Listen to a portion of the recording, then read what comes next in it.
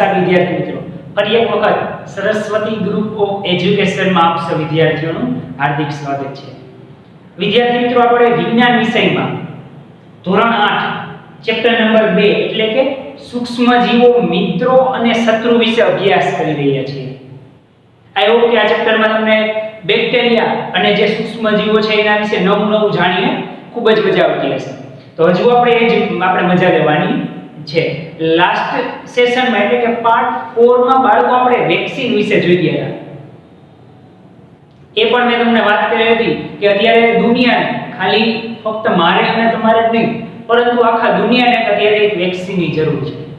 Okay, એનાથી આપણે vaccine વિશે ઘણું બધું જાણ્યું હતું કે કઈ રીતે વેક્સિન ઉપયોગી આવે છે, કઈ રીતે બને છે, એવા કયા રોગ હતા ભૂતકાળમાં કે જે હવે અત્યારે પ્રેઝન્ટમાં નથી અને ભવિષ્યમાં થશે પણ નહીં, કારણ કેમ કે એની વેક્સિન ગોતાઈ ગઈ હતી। શીતળાની રસી હતી, એડવર્ડ જેનરે શોધેલી હતી। કેમ જેમ લૂઈ પાસ્ટરે આથમણની રસી ગોતેલી હતી એવી જ રીતના શીતળાની રસી એડવર્ડ જેનરે શોધેલી હતી। બરાબર, આ પણ શું છે એક પ્રકારની વેક્સિન જ હતી। કમળો છે, શીતળા છે, પોલિયો, ટીબી એટલે કે ટ્યુબરક્યુલોસિસ, આ બધી વસ્તુઓ બાળકો આપણે વેક્સિનથી જ મટાડી શકીએ છીએ। આ ઉપરાંત હોમવર્કમાં મેં પણ તમને એક લિસ્ટ બનાવવાનું કીધું હતું। આઈ હોપ કે તમે બધા લિસ્ટ વ્યવસ્થિત બનાવેલું જ હશે। હવે આ પાર્ટ 5 માં આજે આપણે શું જોવાનું છે તો કે પર્યાવરણનું શુદ્ધિકરણ। આગળ આપણે પાર્ટ 4 માં એન્ડમાં શું જોયું કે એવા અમુક બેક્ટેરિયા હોય છે, લીલ હોય છે કે જે જમીનની ફળદ્રુપતા વધારે છે। આપણે એના પિક્ચર્સ પણ અહીં જોયા હતા, યાદ કરો। એક પીળા કલરનું હતું, એક ગ્રીન કલરનું હતું જે લીલ હતી, એક સૂક્ષ્મજીવો હતા। આ શું કરતા હતા તો કે જમીનની ફળદ્રુપતામાં વધારો કરતા હતા। કઈ રીતે તો કે એનની મદદથી। હવે તમને એમ થાય એન એટલે શું તો કે એન એટલે નાઇટ્રોજન। શું થાય? નાઇટ્રોજન મતલબ નાઇટ્રોજન એટલે કે એ શું કરતા તો કે નાઇટ્રોજનને હવામાંથી લે અને પછી શું કરે, એને હવામાંથી લઈ સિંપીપુરની વનસ્પતિ હતી, યાદ કરો, અને જમીનના જે મૂળ હોય એમાં સ્થાપન કરતા હતા। એવી રીતના નાઇટ્રોજનનું સ્થાપન થતું હતું, બરાબર। આ પણ આપણે જોયું હતું અને એનાથી જમીનની ફળદ્રુપતા વધતી હતી। હવે આજે આપણે શરૂઆત કરવાની છે શું, પર્યાવરણનું શુદ્ધિકરણ કેવી રીતના કરે છે। જો હજુ આપણે બાળકો મિત્રો વિશે જ ભણી રહ્યા છીએ। આ ચેપ્ટરમાં મેઇનલી બે ભાગ છે। સૂક્ષ્મજીવો તો કે આપણે જોયું કે જે સજીવો એવા છે કે એને આપણે નરી આંખે જોઈ શકતા નથી। મિત્ર અને શત્રુ। મિત્રમાં આપણે ઘણા બધા જોઈએ તો હજી આ પર્યાવરણનું શુદ્ધિકરણ શું છે, એ મિત્રનો ભાગ જ છે ને। તમારું આજુબાજુનું એન્વાયરમેન્ટ છે કેવું કરી નાખે, શુદ્ધ કરી નાખે। એટલે હજુ આપણે મિત્રો વિશે જ ભણી રહ્યા છીએ। હવે જેમ જેમ આપણે પાર્ટ 6 માં જઈએ એમ શત્રુ વિશે આગળ ભણવાનું થશે। ઓકે, હવે આ જે સૂક્ષ્મજીવો બેક્ટેરિયા તમે જે કયો બની એ કઈ રીતે પર્યાવરણ શુદ્ધ કરે છે ચાલો જોઈએ। સ્કૂલમાં માળીને કુદરતી ખાતર બનાવતા જોઈને પેલી અને બુઝોએ તેમના મિત્રો સાથે મળીને ઘરમાંથી કચરો, ટૂંકમાં બગીચામાંથી પર્ણો તેમજ ફળ શાકભાજીનો કચરો એકત્રિત કરી એક ખાડામાં નાખ્યો। હવે બુઝો અને પેલી છે સ્કૂલે જતા, એ તમને જાણો છો કે આપણા ચેપ્ટરના કેરેક્ટર છે બે। પહેલા ચેપ્ટરમાં પણ આવ્યા હતા કે એના કાકાના ઘરે ગયા હતા, ત્યાં એને ખેતરમાં જોઈને આખું આપણે ચેપ્ટર ભણ્યું। સેમ એજ આપણા બધા ચેપ્ટરમાં આ બે કેરેક્ટર છે, પહેલી અને બુઝો। ઓકે, તો એના જે સ્કૂલમાં માળી હતી ને, માળી એને જોયું કે એક ખાતર બનાવે છે। કઈ રીતે તો કે એની સ્કૂલની આજુબાજુમાં જે થોડો કચરો હોય ને, સ્કૂલનો થોડો કચરો હોય, ઉપરાંત સ્કૂલમાં ગાર્ડન છે ત્યાં પાંદડા ખરી જતા હોય એ કચરો હોય, શાકભાજી કોઈ પણ હોય, ફ્રૂટનો કચરો હોય, એ એક ખાડામાં ભેગો કરી દીધો હોય માળી। પછી અમુક સમય પછી એટલે કે 1 મહિના પછી, 1.5 મહિના પછી, 1.5 મહિના પછી એ ખાડો ખોદે ને, પાછો બહાર કાઢે ને તો એ કચરો ગાયબ થઈ ગયો હોય ને એમાંથી કુદરતી ખાતર બની ગયું હોય।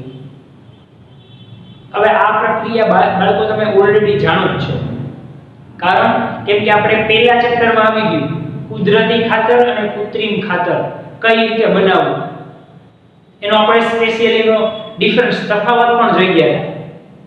એટલે હવે આઈ નો કે તમે જાણો છો કઈ રીતે કુદરતી ખાતર બનતું હોય અને એમાં કયા કયા પદાર્થોનો ઉપયોગ થતો હોય. તો એ પદાર્થો તમને અહીં લખી દીધેલા છે બાળકો. ઘરમાંથી કચરો, બગીચાના પર્ણો તેમજ ફળ શાકભાજીનો કચરો ભેગો કર્યો. હવે તો કે શું તમે જાણો છો એ પ્રક્રિયા કઈ રીતે થાય? તો એ પ્રક્રિયા વિઘટનથી થાય. એનાથી થાય વિઘટનથી. લખો છો પ્રક્રિયા કેનાથી થશે?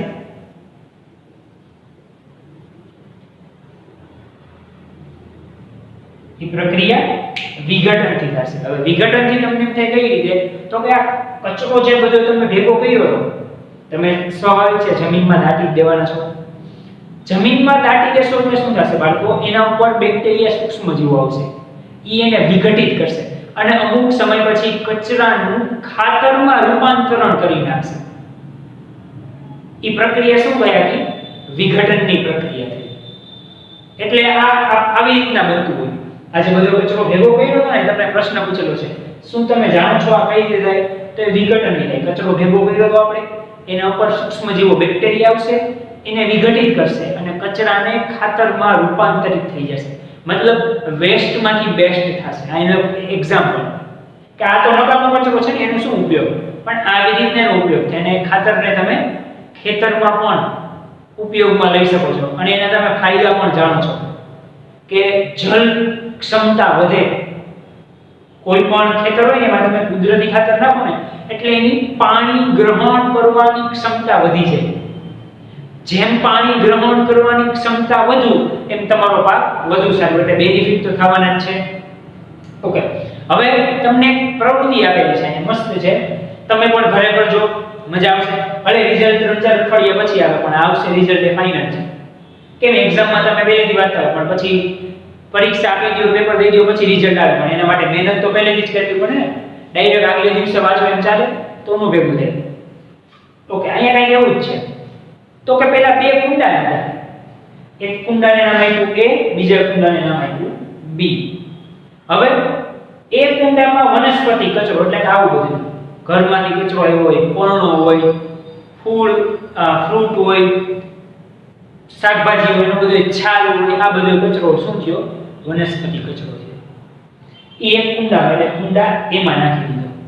હવે કુંડું B હતું, એમાં શું નાખ્યું?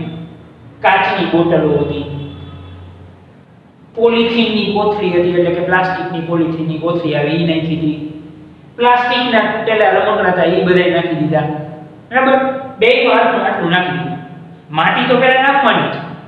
માટી ઉપરાંત આટલું નાખ્યું. પહેલા શું નાખવાનું? બેયમાં માટી ફરજિયાત. પહેલી પ્રાયોરિટી માટી. કારણ કે જો માટી ન હોય તો એમનું તો કંઈ થવાનું નથી, સ્વાભાવિક છે. આપણે કોઈ પણ વસ્તુ વાવીએ તો પહેલી પ્રાયોરિટી શું? માટી. એ નાખી દીધી ચાલો બેયમાં. બીજું પછી તો કે કુંડું A છે એમાં વનસ્પતિ કચરો એટલે કે આવું બધું હમણાં આપણે વાત કરી એમ. B માં તો કે કાચની બોટલો હતી, પોલિથીનની કોથળીઓ હતી, પ્લાસ્ટિકના તૂટેલા રમકડા હતા. આ બધું આપણે B માં નહીં. ઓકે, હવે પાછી માથે થોડીક એવી માટીનું પડ લગાવી દીધું. એટલે એ બધું જે આપણે કચરો નાખ્યો તો એ શું થાય? તો કે ઢકાઈ જાય. હવે 3-4 અઠવાડિયા પછી અવલોકન કરવાનું કીધું. એટલે 4 અઠવાડિયા એટલે 1 મહિનો થઈ જાય. 1 મહિના પછી એને અવલોકન કરવાનું કીધું. તો એમાં શું વસ્તુ, કઈ વસ્તુ તમને જોવા મળે? તો અહીંયા તમને એનું એક થોડું નિરાકરણ કરીને આપેલું છે કે બંને કુંડામાં શું ભેદ જોવા મળ્યો. જો આ કહ્યું હોય તો તમને ભેદ જોવા મળે. ઓકે, ચાલો કહી દઉં છું શું ભેદ જોવા મળે છે. આ કુંડું જે હતું ને, કુંડું B કે જેમાં કાચની બોટલ, પોલિથીનની કોથળી એમ ન હોય, એમાં કોઈ વસ્તુ થઈ જ નહીં. જ્યારે તમે વનસ્પતિ કચરો જે નાખ્યો હતો ને કુંડા એમાં, એ આખું કન્વર્ટ થઈને કુદરતી ખાતર બની ગયું છે. કારણ વિઘટન. હમણાં જ આપણે જોયું એમાં સૂક્ષ્મજીવો આવ્યા હશે અને આ બધું જે વનસ્પતિ કચરો હતો એનું વિઘટન થયું હશે અને એ વનસ્પતિ કચરાનું વિઘટન થઈને કુદરતી ખાતરમાં રૂપાંતરણ થઈ ગયું હશે 1 મહિનાની અંદર. 4 અઠવાડિયા એટલે 1 મહિનો થાય. જ્યારે કુંડા B માં કોઈ પણ પ્રકારનો ચેન્જ થયો હશે નહીં. કેમ કે તમે જાણો છો કાચ હોય, પ્લાસ્ટિક હોય, આ બધી વસ્તુઓ એવી હોય કે તમે અંદર અમુક વર્ષો સુધી રહેવા દે એમાં કોઈ ફેરફાર થતો નથી. પ્લાસ્ટિક છે એમનામ રહેવા દે, એમનામ રહેશે, એનું વિઘટન થતું નથી. આગળ જોઈએ કુંડા એમાં વનસ્પતિ કચરાનું વિઘટન થઈ ગયું. હા, હમણાં જ તમને કીધું, એમાં વનસ્પતિ કચરાનું વિઘટન થઈ ગયું. કોના દ્વારા? તો કે સૂક્ષ્મજીવો દ્વારા. એને શું કર્યું? વનસ્પતિ કચરાને ખાતરમાં રૂપાંતરણ કરી દીધું. શું કર્યું? વનસ્પતિ કચરાને ખાતરમાં કન્વર્ટ કરી દીધું. આપણે લીધો તો કચરો, વેસ્ટ થઈ ગયું બેસ્ટ. શું બની ગયું? ખાતર બની ગયું. ડન. ઈ કેમાં થયું? કુંડા નંબર પહેલામાં, એટલે એ કુંડામાં જે વનસ્પતિ કચરો હતો એમાંથી ખાતર બની ગયું. હવે એ ખાતર આપણે ઉપયોગમાં સ્વાભાવિક છે લઈ જ શકીએ છીએ. જ્યારે કુંડા બીમાં કોઈ પણ પ્રકારનું પરિવર્તન જોવા મળતું નથી. તમે જાણો છો કે એમાં જે આ કાચની બોટલો હતી, કોથળી હતી, પ્લાસ્ટિક હતી, તૂટેલા રમકડા હતા, એ એમને રહે છે. એને તમે જમીનમાં દાટો, 1 મહિના પછી ને 1 વર્ષ પછી કદાચ કાઢો તો પણ એમાં કોઈ ફેરફાર થતો નથી. તમે યાદ કરો, નાના ધોરણમાં હતા એટલે કે 7મા માં હતા ત્યારે તમારે કોષ્ટક ગણવામાં આવતું કે ભાઈ કાચ હોય તો આટલા સમય સુધી એ જમીનમાં રહે છે, એમાં કોઈ ફેરફાર થતો નથી. પ્લાસ્ટિક આટલા સમય સુધી, લાકડું આટલા સમય સુધી, બધાનો અમુક સમયગાળો આપેલો હતો. બરોબર? તો એમાં આ જે અમુક વસ્તુઓ છે એટલે કે પ્લાસ્ટિક, કાચની બોટલો, કોથળીઓ, આમાં લાંબો સમય લે વિઘટન થાય.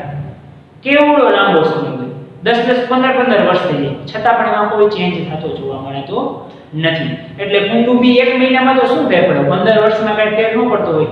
સ્વાભાવિક છે 1 મહિનામાં એમાં કાંઈ ચેન્જ થવાનો નથી. એટલે કુંડા બીમાં કોઈ પણ પ્રકારનું પરિવર્તન જોવા મળતું નથી. સૂક્ષ્મજીવો તેના પર કાર્ય કરીને તેને કુદરતી ખાતરમાં રૂપાંતરણ કરી શકતા નથી. કારણ કે પ્લાસ્ટિક છે, કાચ છે, એના ઉપર સૂક્ષ્મજીવો વિઘટનની પ્રક્રિયા કરી શકતા નથી. હા, કચરો હોય તો એના ઉપર કરી શકે. જેમ કે આપણે એ કુંડામાં જોયું, કચરામાંથી ખાતર બની ગયું. જ્યારે બી એટલે કે આમાં કાચની બોટલમાં એમાં સૂક્ષ્મજીવો કોઈ પણ કાર્ય કરી શકતા નથી. એટલે એ વસ્તુ એમની એમ રહેશે. એમાં કોઈ પણ પ્રકારનો ચેન્જ પણ જોવા મળશે નહીં. ઓકે બાળકો, તો હજી આપણો ટોપિક થોડોક એવો બાકી છે, પણ એ પહેલા તમને જે આ મુદ્દા શોર્ટમાં લખેલા છે એ એક વખત ઝડપથી તમારી બુકમાં નોટ ડાઉન કરી લો. હજુ આપણે એમાં આગળ વધીએ કે તમે અવારનવાર જમીન પર સડતી વનસ્પતિ એટલે કેવી કે અમુક વનસ્પતિના જે ભાગો હોય, ડાળી છે, પર્ણો છે, પુષ્પો છે, આ બધા જે વનસ્પતિ વૃક્ષમાંથી કપાઈ ગયા હોય, અલગ થઈ ગયા હોય અમુક કારણોથી, એટલે નીચે પડતી સુકાઈ જાય હોય, એ સડતી વનસ્પતિ. મૃત પ્રાણીઓના સ્વરૂપે કાર્બનિક દ્રવ્યનો મોટો જથ્થો જોયો હશે. ઘણીવાર નાના એવા પ્રાણીઓ હોય કે બિલાડી, ઉંદર, કૂતરો છે, બરોબર? તો આવા બધા પ્રાણીઓ છે એ મરેલા તમે રસ્તા ઉપર જોયા હોય. હાઈવે ઉપર જોજો બાળકો, આ વધારે જોવા મળે. કારણ કેમ કે હાઈવે ઉપર વાહનો છે વધુ માત્રામાં જતા. અહીંયા તો આપણે સોસાયટીમાં શું હોય, કોઈ એવું પ્રાણીનું મૃત્યુ થઈ ગયું અને જો વાસ આવતી હોય ખરાબ, તો આપણે એનિમલ હેલ્પલાઇનમાં કોલ કરીને અથવા ગવર્નમેન્ટમાં જે હોય કાંઈ પણ નંબર હોય મહાનગરપાલિકાનો, એમાં સાફ સફાઈ કર્મચારીને હોય, કોલ કરીને આપણે સ્વચ્છ કરાવી નાખીએ છીએ. પરંતુ હાઈવે ઉપર હોય, ગામડા જેવા એવા વિસ્તારો અથવા એવું અમુક દુર્ગમ વિસ્તારો હોય કે જ્યાં આવી ફેસિલિટી હોતી નથી, તો અહીંયા કઈ રીતના આની સુવિધા પૂરી પાડવાની? આ દુર્ગંધ છે, વાસ છે, પ્રાણીઓના અવશેષો છે, વનસ્પતિ છે સડેલી છે, એને કઈ રીતે અલગ કરવાની? તો કે એના માટેની પણ કાર્ય કોણ કરે છે? સૂક્ષ્મજીવો જ કાર્ય કરે છે. કઈ રીતે? તો કે તમે જોશો કે કેટલાક સમય પછી તે લુપ્ત થઈ જાય છે. તેનું કારણ શું? ઓકે, એક એક્ઝામ્પલ તરીકે અહીં પ્રાણી છે એનું મૃત્યુ થઈ ગયું છે, બિલાડી તમે ધારી લો, ચાલો. હવે 3 દિવસ, 4 દિવસ, 5 દિવસ, 6 દિવસ મેક્સિમમ પછી તો એના ખાલી હાડકાસ અથવા હાડકાઈ નીકળી જાય. તો બાકીનો જે કચરો છે, માલ સામાન, માંસપેશી, એની બહારની ચામડી, અંદરનું માંસ, એ બધું ક્યાં? તો એ કોણ હોય? સૂક્ષ્મજીવો ખાઈ જતા હોય. કોણ હોય? સૂક્ષ્મજીવો. તો એ સૂક્ષ્મજીવો ઈ ખાઈ જશે અને શું કરશે? પર્યાવરણને સુરક્ષિત કરશે. આજુબાજુમાં જે દુર્ગંધ આવતી હશે એ બધી નાશ થઈ જશે.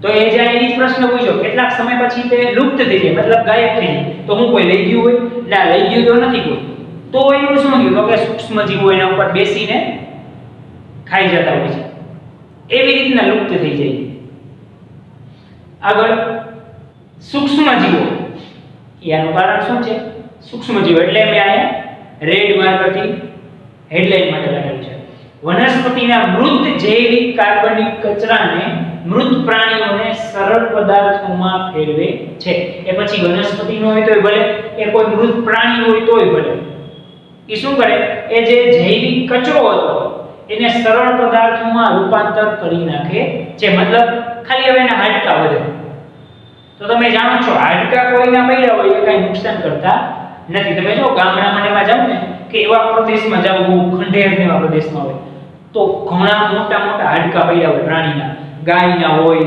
ભેંસના હોય અમુક એવા પ્રાણીનું મારણ કર્યું હોય એના હાડકા હોય તો આ અને પાછા હાડકા કેવા હોય પ્યોર હાડકા જેવા હાડકા છે એમાં એક પણ માંસનું ટીપું એક પણ લોહીનું ટીપું કાંઈ ન હોય તો આ કઈ રીતે ગાયબ થતું હશે ચાલો કોઈ સિંહે શિકાર કર્યો ઈ શું સાવ પૂરેપૂરું માંસ બધું ખાઈ જ જશે એક ટકો બાકી નહીં રાખે એવું થવાનું નથી જો એનું પેટ ભરાઈ ગયું તો એમને મૂકીને વયો જશે તો બાકીનું એ આ સૂક્ષ્મ જીવો દ્વારા સમારકામ થઈ જતું હોય અને લુપ્ત થઈ જાય પ્રાણીઓનું જે માંસ હોય એ બધું એટલે શું કીધું આ સૂક્ષ્મ જીવો વનસ્પતિના મૃત જૈવિક કાર્બનિક કચરાને સરળ પદાર્થોમાં રૂપાંતરણ કરી નાખે છે કામ કોણ કરે છે એના સૂક્ષ્મ જીવો આવી રીતના પર્યાવરણનું શુદ્ધિકરણ કરતા હોય કે જે આવા મૃત પ્રાણીઓના અવશેષો છે એને ગાયબ કરી નાખે છે લુપ્ત કરી નાખે છે અને એ પણ સારી રીતે આગળ જોઈએ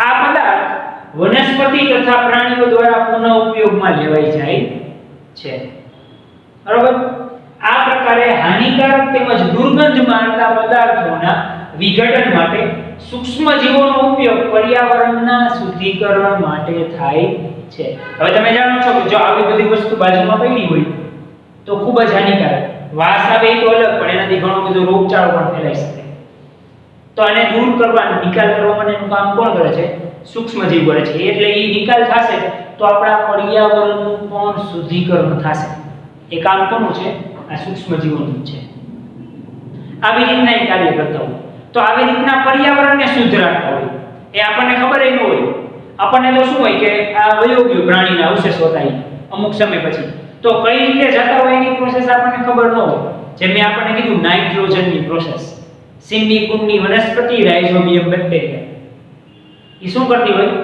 વાતાવરણમાંથી નાઇટ્રોજન લઈને જમીનમાં પહોંચાડતા હોય પણ એ આપણને ખબર હોતી નથી સેમ એજ આવી રીતના આ બેક્ટેરિયા સૂક્ષ્મ જીવો આવું પણ કાર્ય કરતા હોય છે કે જે મૃત પ્રાણીઓના અવશેષો હોય છે એને શું કરતા હોય વિઘટન કરી નાખે સરળ પદાર્થોમાં એ કામ પણ સૂક્ષ્મ જીવો કરતા હોય છે એટલે અહીં આપણો સૂક્ષ્મ જીવો મિત્રો અડધું ચેપ્ટર અહીં આપણું પૂરું થઈ ગયું પહેલા આપણે સૂક્ષ્મ જીવો વિશે માહિતી મેળવી પછી એમાં આપણે આપણા મિત્રો ક્યાં છે શરૂઆત કરી હતી આથમણથી બ્રેડ બનાવવામાં ચીઝ આથો લાવવામાં ત્યાંથી આપણે શરૂઆત કરી હતી બરાબર ખાતર બનાવવામાં ઘણી બધી વસ્તુ આપણે જોઈ દૂધમાંથી દહીં બનાવે લેક્ટોબેસિલસ બેક્ટેરિયા ત્યાંથી પર્યાવરણના શુદ્ધિકરણ સુધીમાં ઔષધોમાં વ્યાપારિક ક્ષેત્રે બધાયમાં આપણે જોયું તો આ બધાયમાં અત્યાર સુધી શું હતો આપણા મિત્રો પાઠ આપણે જોઈ ગયા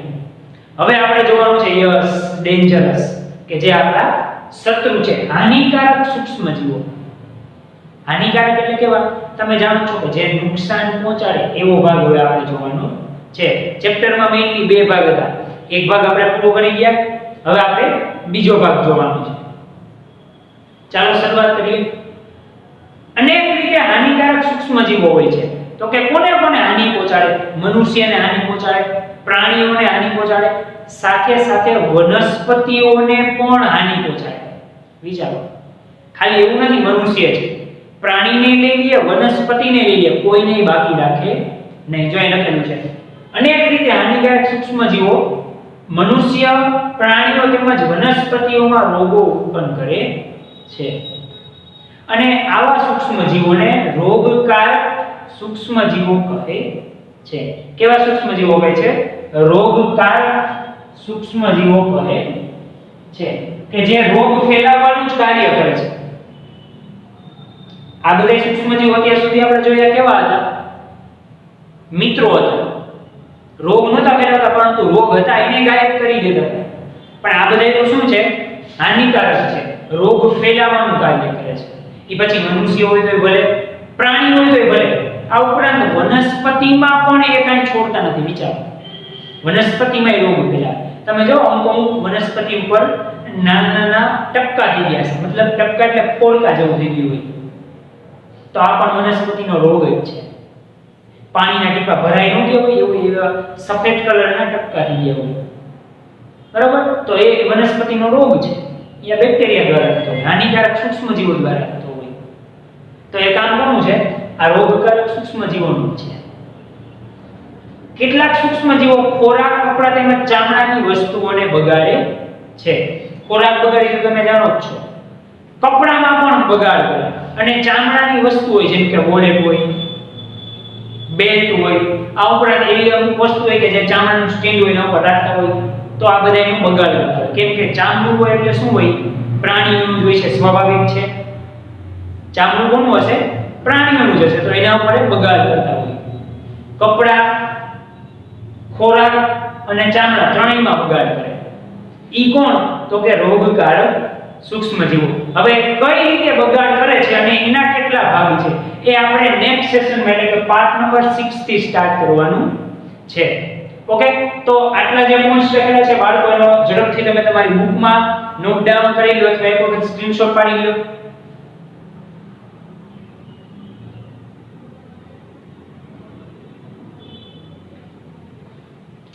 ઓકે બાળકો, તો આજના સેશનમાં આપણે સાવ સિમ્પલ થિયરી જોઈ કે એક તો પર્યાવરણનું શુદ્ધિકરણ કરતા હતા જે સૂક્ષ્મજીવો, એ કઈ રીતે શુદ્ધિકરણ કરે એની માહિતી મેળવી લીધી.